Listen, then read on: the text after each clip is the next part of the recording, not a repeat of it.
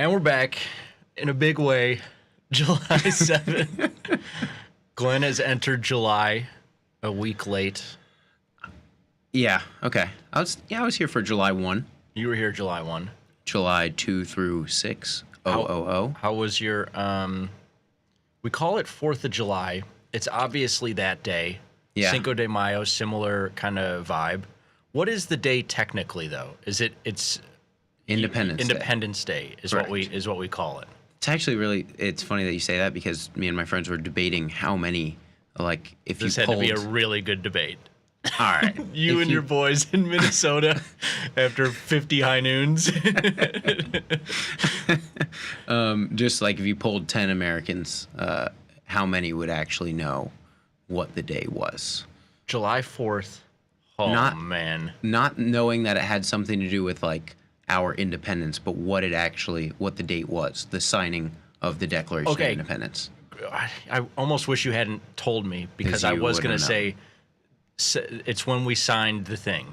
Correct. Okay. And I'll take that. That's a win. That's a yes. My mind definitely didn't go like battle. Like it wasn't like, like it's when Concord. We smoked the Brits and then like they all went home. It was 1776. Yep. We signed the thing. Yep. Why John Hancock's signature is so important, I don't know. That's kind of your zone, though. I think that's exactly who you would be in that instance. You'd be like, if 30 people needed to sign, an unsubstantial historical figure, but like a very pretentious. Well, not even pretentious or anything. Just like everyone's in a line going up to sign. You get up there, you're near the back. I have a huge feather. And you're just like, well, that's weird. No one's taking up this much space. FK. Name a big building after me. Everybody go have expensive cocktails on the 100th floor. Where, New York? No. Chicago. Put it in Chicago. Put my name on it. Big X's down the side. So what do you think? How many, 50%? How many people in the U.S. would guess it correctly? Yeah.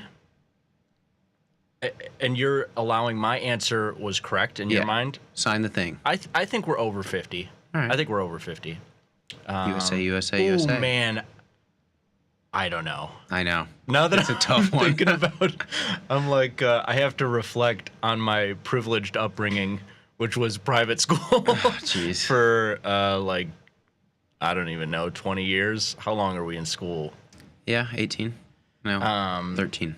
Which isn't to say like, oh, like that's no shot at public school, but I barely got it, and I went to like.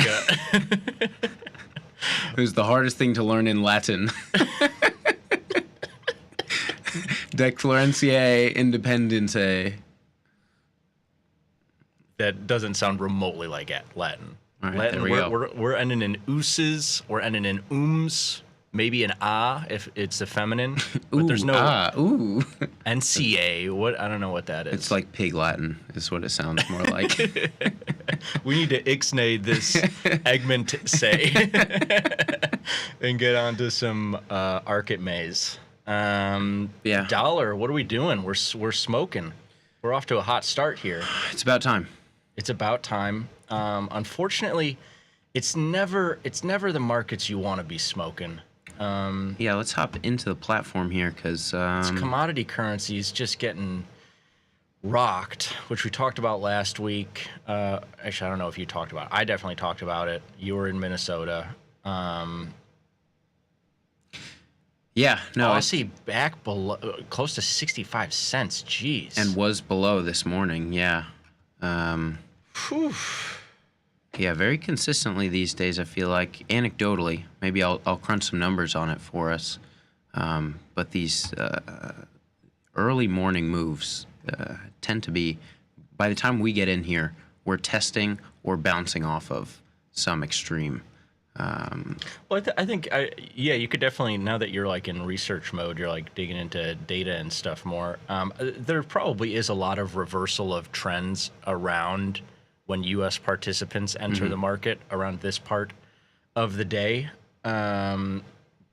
Similar to, that's last night on the open. And then I'm sure there's also some similar kind of like trend changes if you highlight like around midnight or 1 o'clock last night, you can see that they're trying to bounce this Aussie back, and that's of course when European participants are entering the market. But dollar buying here to start the week. What's the deal? What's going on? Deals are the deal. We've got. Nice. Is this the big beautiful one? Well, that one I don't think people liked as much. Okay. That was last week's news. Trying to catch up. Yeah, this week we are all attention. If we want to just cut over to the economic calendar, if you look at the economic calendar this week, you'll see perhaps. We've got Bank of Australia interest rate decision tonight. That's interesting. They're going to cut again. Looks like. Wow. Didn't know that this forecast took a while to populate. Wasn't exactly sure if the forecast was cut or no cut, but Australia looking to take interest rates down once again by another 25 basis points.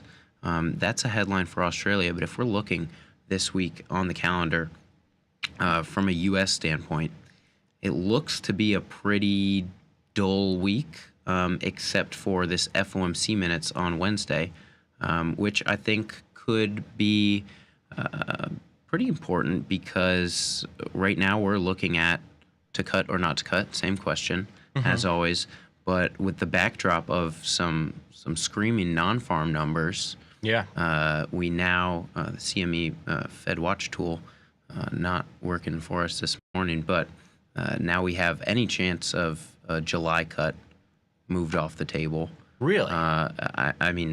It was at 20%. I think it was at 25% on Wednesday, Thursday, and then the Thursday number, was hotter than expected. And if you were watching the Thursday morning show, which I know you were, I was from Minnesota. Yep, with all your friends. You went solo. I went solo. People loved it. Yeah, no, some were saying it was the best. Some are saying it was the best Forex focus. Why use two people when one person do trick? Yeah.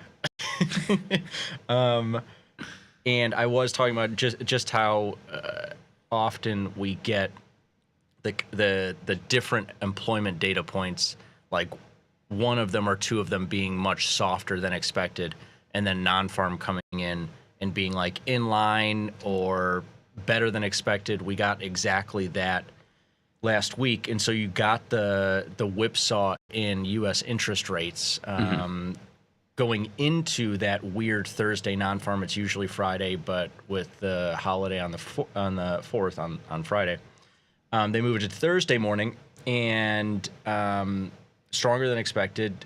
U.S. rates, I guess I was more focused on Forex and a handful of other things before the weekend started. But yeah, there was a good chunk, like 25%, I want to say, is how high we got up to in terms of a chance of a cut at this July FOMC meeting, which I'm pretty sure is like the last week of July, might be the last day of the month. And now they've wiped that away for the most part. Yeah, now we're looking at 2/3 probability that the first cut will be in September. So still time as we shake out into what a year-end forecast would be. Still time for 2 cuts, even 3 cuts, with 4 meetings left without that July. Very unlikely, cut. I would say. Well, yeah. But what this, I think this FOMC minutes will give us is, now that maybe we're closer to cutting, what specifically they're looking for. Inflation, name of the game, but how much would an employment number matter to them? If they say employment doesn't matter at all, maybe some of those start getting priced back in. We'll see. But Wednesday is also what you can't see here. This is tariff deadline day. Tariff deadline day. And so Why is that? July 9th. July 10th is like the big day? No, July 9th. July 9th is the day that tariffs are supposed to start cranking. That is when the 90-day pause is in effect over. But they're sending, Trump and his team, they're sending letters today. They're sending a whole bunch of letters. Okay. They're sending letters saying they'd rather is it send digital or is it not digital? I don't know, but he said they'd rather send letters than meet in person because it's easier to negotiate. Oh, I thought you were saying they'd rather send letters than meet. Than meet. They don't want to send meat. Like, I thought we were going like a Godfather We're kind of sending scenario. letters, Like then like fingers. Everybody's gonna wake up with horses or whatever animal their country loves. It's Oh, gonna be in geez, their bed. yeah, that would be horrible. This is obviously significant. The last few months, whatever Trump has had to say has very much been more important than these data points. It is extremely hard to follow at this point. Agreed, especially It is like, like a Christopher Nolan movie. Like I am like, who is that guy? one timeline going What this way. Yeah, like There are were we tariffs in the this whole Are time. we in the real world? And this isn't even like I'm not even. No opinion of Trump in this statement. It's more from a trading standpoint and from a calendar standpoint.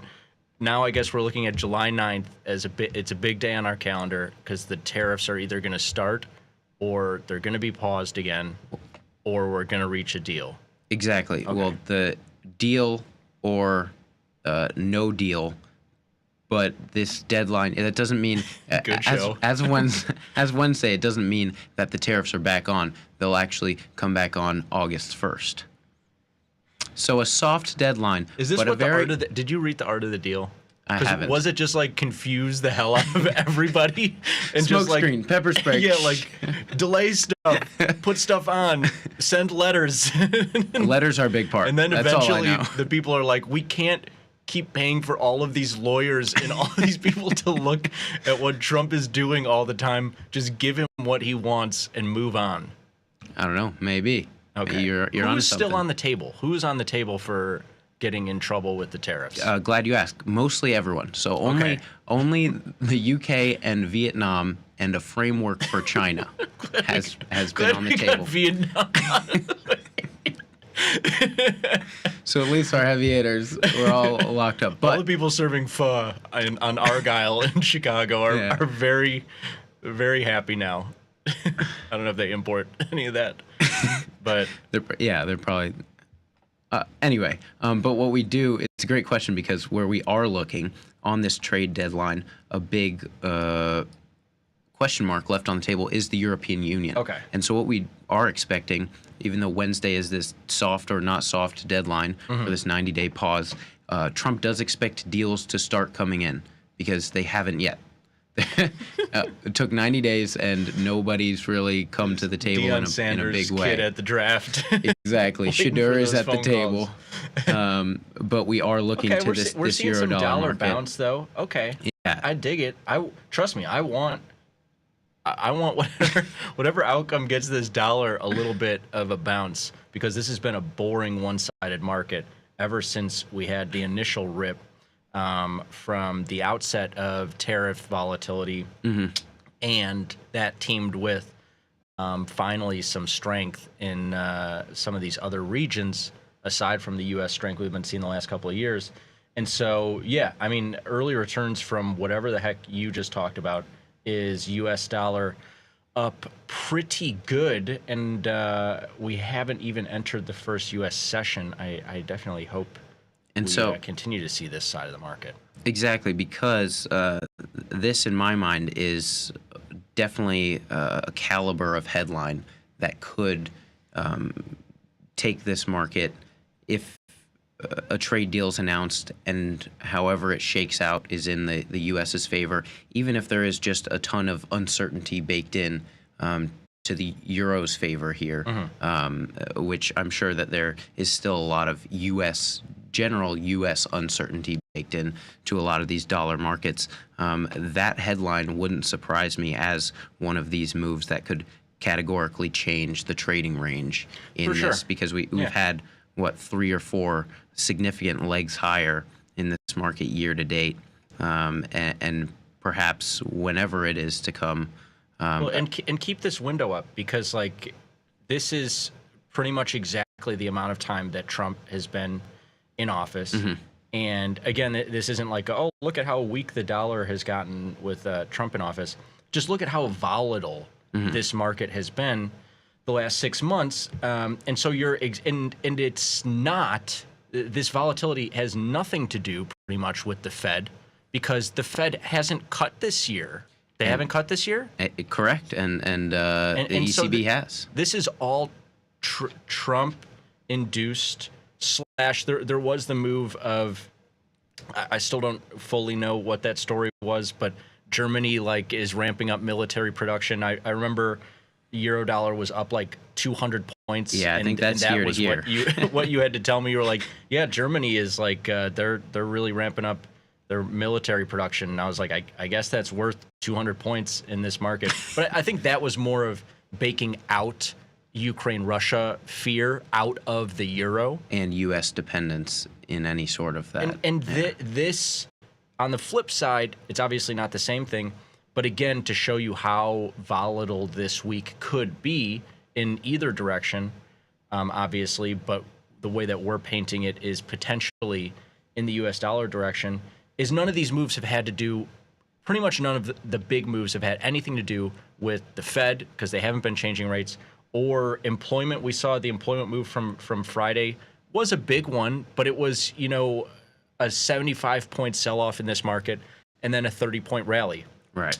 These big green bars and big red bars are 100, 150, 200-point moves.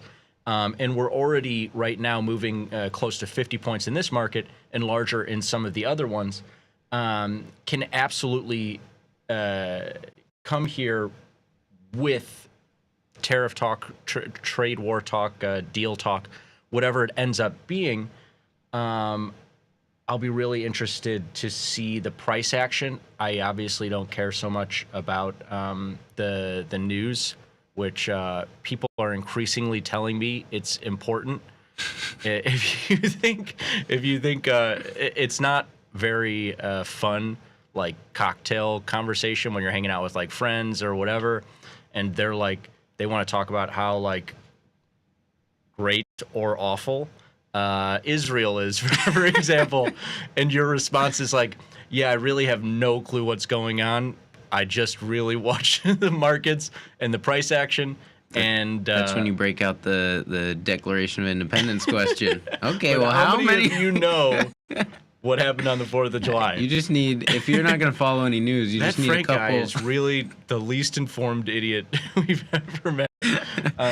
But yeah, I'll be watching this price action for sure. Excited to see some U.S. dollar upside. I will, of course, caveat that with we've seen this movie before, where the dollar is up 0.5%, a full percent, depending on the market you're looking at the start of the week. And they completely undo that strength. They did it, it wasn't the start of the week, but they did it on Thursday, where non-farm comes out, dollar spikes, and they completely undo all of that.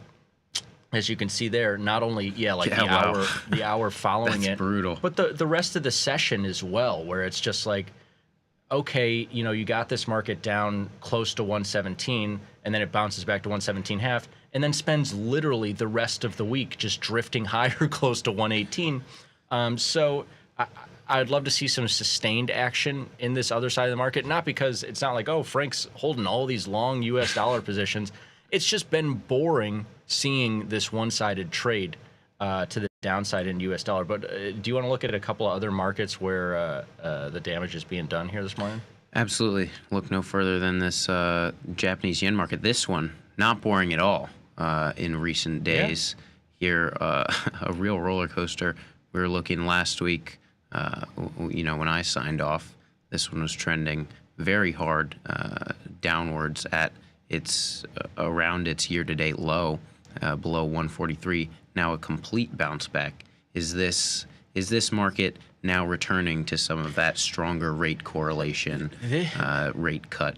Yeah, and I guess what we could be seeing is fear coming out of this U.S. market, and to your point, it occurring to everyone, oh, the carry trade is actually just as attractive as it was 4 months ago before all of this tariff talk. And in fact, it's getting more attractive in a number of pairs. Not this one, but ECB continues to cut. Swiss National Bank or whatever they have for a central bank. No, you got it. It cuts. Canada cuts, other commodity currency countries cuts, and so I think there could be, if now the flip side of this is all 4 years of Trump is maybe productive in certain ways, but for the U.S. dollar is there's fear baked into that U.S. dollar market all 4 years. Yeah, that could absolutely be the case. Or the flip side of that is fear starts to come out of this. The tariff talk, trade war stuff 3 months from now is like, oh, remember that stuff? Like now it's kind of normal. The U.S. won some of the trade wars. Like I don't know. It doesn't really matter to me so much. But then it does occur to people, oh man, the U.S. economy is stronger than a lot of these other economies, and their interest rates are still 300 to 400 basis points on top of all of these other central banks. Agreed. And yeah, you're absolutely right that even though we're looking at Europe this week for what would be a trade deal in isolation, we could look to something like this market or dollar Swiss franc for if a slew of letters come back and deals are done, if a widespread uncertainty around tariffs just does get lifted this week, as the administration would like, that hasn't panned out so far, then something like this or this Swiss franc especially, I'd contend has still a ton of that is an ugly chart.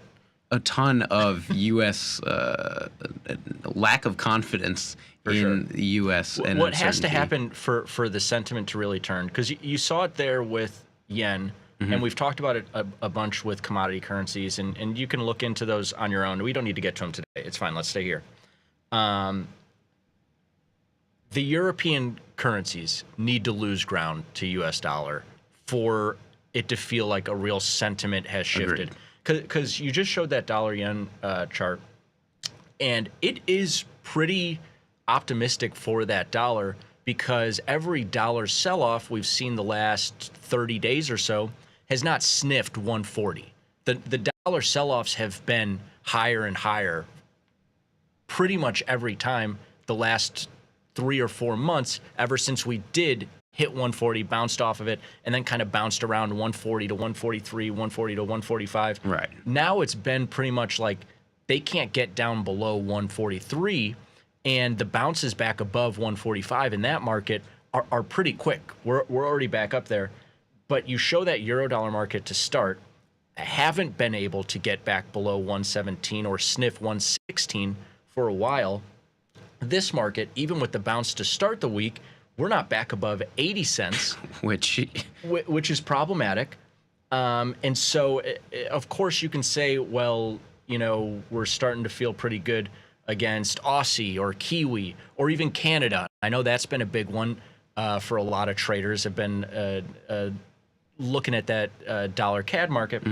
But for it to be like, okay, we're going to see some sustained action in the dollar, in the dollar's favor, you need to see a market like this really kind of turn. And until you see euro dollar printing, you know, 116, or this market printing 81, 82, I think we'll probably be still in a sideways type of feel for this U.S. dollar.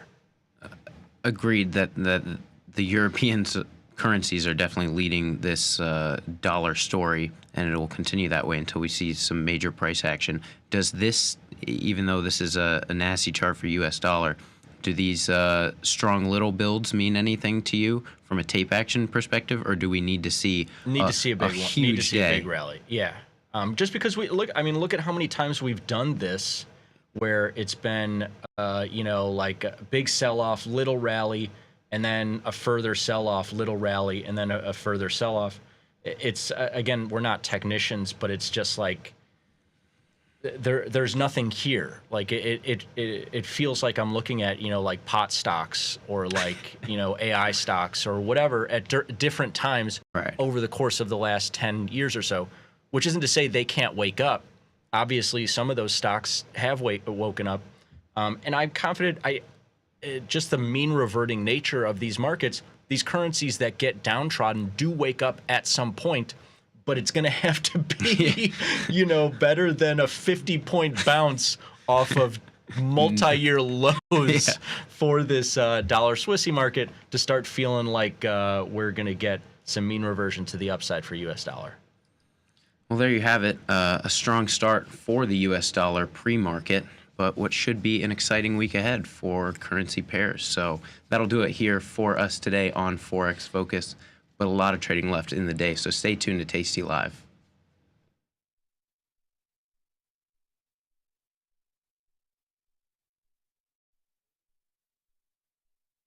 Global markets never sleep. Explore them with Forex, now available on tastytrade. Get in on over 80 Forex pairs, 24 hours a day, 5 days a week, with the Forex platform that adapts to your style and speed. FX marks the spot.